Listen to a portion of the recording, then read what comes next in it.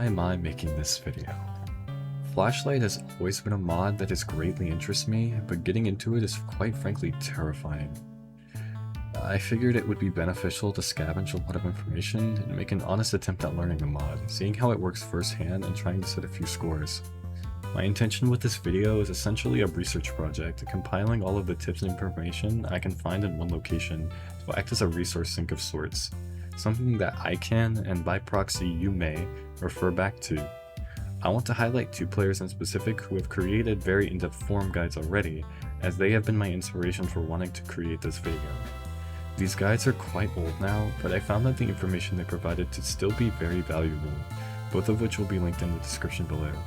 Without further ado, please direct your attention to this entire presentation I made for this, because I just couldn't help myself.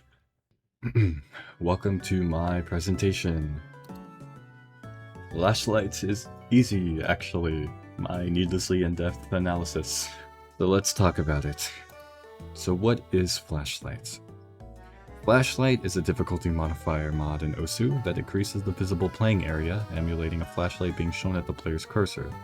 The area will become even smaller at 100 combo, and again at 200 combo. It's easy to assume that this mod is nothing more than pure memorization, but that's not actually true to an extent.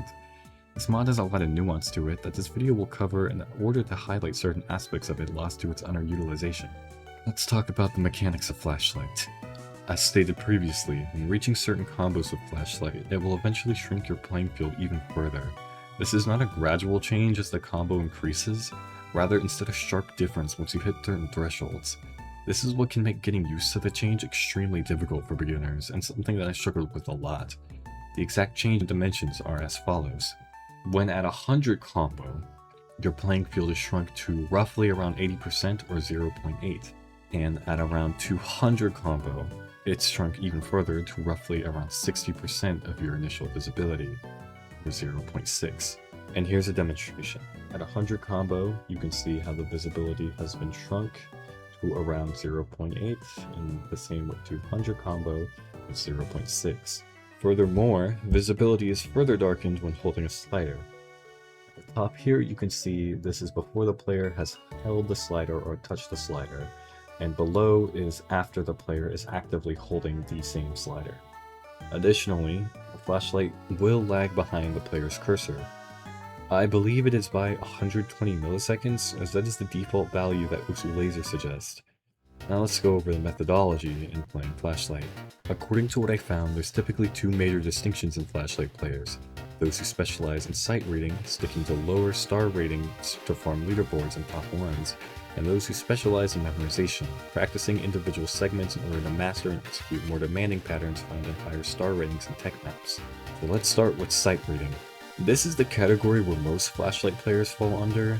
Sight reading Flashlight may seem impossible to the untrained eye, but like most things, consistent usage of the mod can greatly increase a player's ability to play in the dark, get a general feel for what is upcoming or the general placements of circles.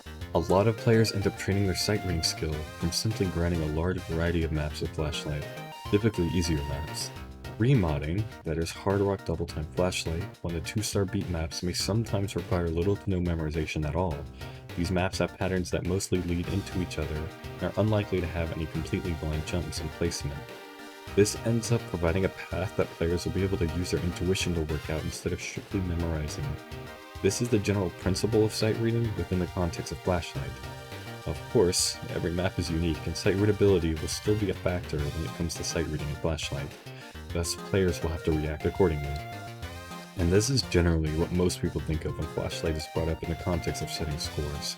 Out of the two, memory is commonly agreed upon to be the more challenging of the two distinctions to learn. The general principle is being completely comfortable with aiming in the dark, knowing exactly where the next node is to internalize the placement in your mind when aiming. Typically, these players will create practice difficulties with a slider at the beginning of an individual segment to automatically set their combo to 200, which is the least possible visibility. Practice segments committing them to memory. Now let's go over mechanical tips. There's a few important tips that may help when it comes to memorizing beat maps for the first time. And let's start with the OSU Laser's mod config.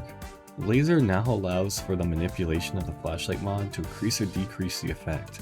This means it is no longer necessary to create a 200 combo buzz slider within practice difficulties. You can also configure the mod to not reset its size on combo break and go even further than what the 200 combo provides, going as far as 0.5 multiplier. Moving on, these are some more tips that may help with gameplay. Next, let's talk about custom flashlight cursors. These essentially simulate the visibility when your combo exceeds 200. Your cursor will be replaced with a cursor that reduces your FOV to be an exact replica of flashlight without having to achieve a 100 or 200 combo. This may greatly assist in practicing segments and will serve as your alternative to manipulating the laser mod if stable is your client preference or you just do not feel like making a buzz slider. Now we have gamma, and take this with a grain of salt. Increasing your monitor's gamma may provide some additional reactionary information and assist in offsetting the screen dimming that holding sliders gives. I haven't actually tested gamma myself as I do not like manipulating it, but I have heard that it can provide reactionary information when it comes to readability. Finally, beat map rhythm. Beat map rhythm or mapper's rhythm is the flow of map style, and this can really help you commit certain patterns to memory. Becoming aware of certain trends in mapping style can greatly increase your ability to intuit patterns, such as the ability to predict a certain pattern or just following the certain natural flow of a pattern due to a mapper's consistent mapping style. This can be as simple as just following a 1-2, going 1-1-2 back and forth, knowing that it is likely going to be in that same general direction. It can easily help you find the next note and easily commit that to memory just by knowing the simple trend of how a beat map is mapped. Simple trends of star patterns, diamonds, squares, etc. Next, we're going to talk about mentality. The most important thing to keep in mind above all else is patience. You must be patient and willing to take the time to learn to refine your abilities, practicing consistency above all. If you end up getting impatient or frustrated, you are almost guaranteed to fail. Flashlight requires full mental engagement, and failing to recognize this will keep you from setting any scores you are proud of and leave you feeling like you've wasted your time. Players should be ready to experience getting mind blocked and ready to take breaks whenever progress starts to backtrack. I'm not saying this to scare you off, but if impatience is an attribute of yours, it may not be worth your time to try out Flashlight in the first place. It is not for everyone, but if it is for you, then I'm sure you will get a lot out of it. Lastly, let's talk about some hypothetical practice methods that I have found myself. These are a few methods I thought of on a whim, along with some strategies I gathered from around the internet. The purpose of this section is to highlight more specific strategies for setting FCs of Flashlight that I gathered and felt had some merit to them. The first method I thought of personally is a method I will call screening. This method involves viewing the map with autoplay and Flashlight, FCing the entire map without Flashlight, or simply viewing the map in the editor before attempting to practice with Flashlight alone. This is to provide the player with contextual information for better learning and more confident memory, as it relies on using active recall, which is a foundational learning strategy the human brain uses for memorizing anything in long-term memory. Next is brute forcing. This method involves using the accuracy challenge mod, setting it below a certain threshold, primarily 95%, and setting the fail condition to reset on fail.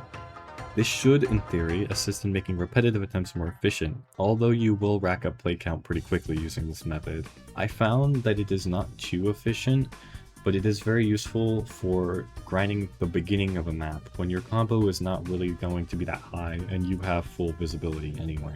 Next, we have this method called backwards theory. This method involves creating custom difficulties that skip the beginning of the map so you can focus on building combos starting from the end and back. The advantages of this approach is to eliminate redundancy of playing the beginning of the map by actively working towards the end goal. Baruch explains the benefits of backwards theory very well, so I will include their definition of it. Playing the map in this way prioritizes new combo, then partially memorized combo in this order. If you were to memorize a map playing from the beginning instead, it will prioritize memorized combo, partially memorized combo, and then new combo in this order. Essentially, this method always keeps you practicing new combo first and practice combo second. However, it is very important that you either create a buzz slider, use a flashlight cursor, or use the modification of a flashlight mod to simulate 200 combo to avoid being thrown off. Lastly, we have practice difficulties. This is more of a foundational principle than a method, as most players should use these to aid memory, otherwise you'll be looking at a massively inflated play count. Simply create a copy of the map you're practicing and delete the notes before the part you intend to practice, and save it. This may shuffle up combo colors, so try to avoid using these at a landmark. This may not apply to everyone, but if you've played Geometry Dash at a high level before, it's kind of like a star position copy. It's the exact same idea, and honestly Flashlight ends up feeling pretty similar to learning an Extreme Demon in that regard. A lot of information regarding Flashlight is not entirely easy to find, so I would like to thank these 3 players for highlighting a lot of the information I have found that helped me with the creation of this presentation and the creation of this video as a whole. Thank you. In closing, I would like to state that I am inexperienced with playing Flashlight, hence why I have avoided making any personal judgments corroborating any information within this video. Like I said previously, this video is no more than a simple research project on Flashlight that I wanted to do, because I felt like the mod itself is very underrated and honestly underappreciated. Mods like this have a potential to push the more unique limits with this game, and I can only imagine that we've only scratched the surface of it. With the introduction of other visually obstructing mods into Laser, like blinds, I hope to eventually see players further the development of memorization and intuitive reading as a skill. Thanks for watching, and here's a Flashlight play I've set applying the advice I found for this video. It's nothing too crazy, but I found it to be really fun, so I hope you enjoy. Bye.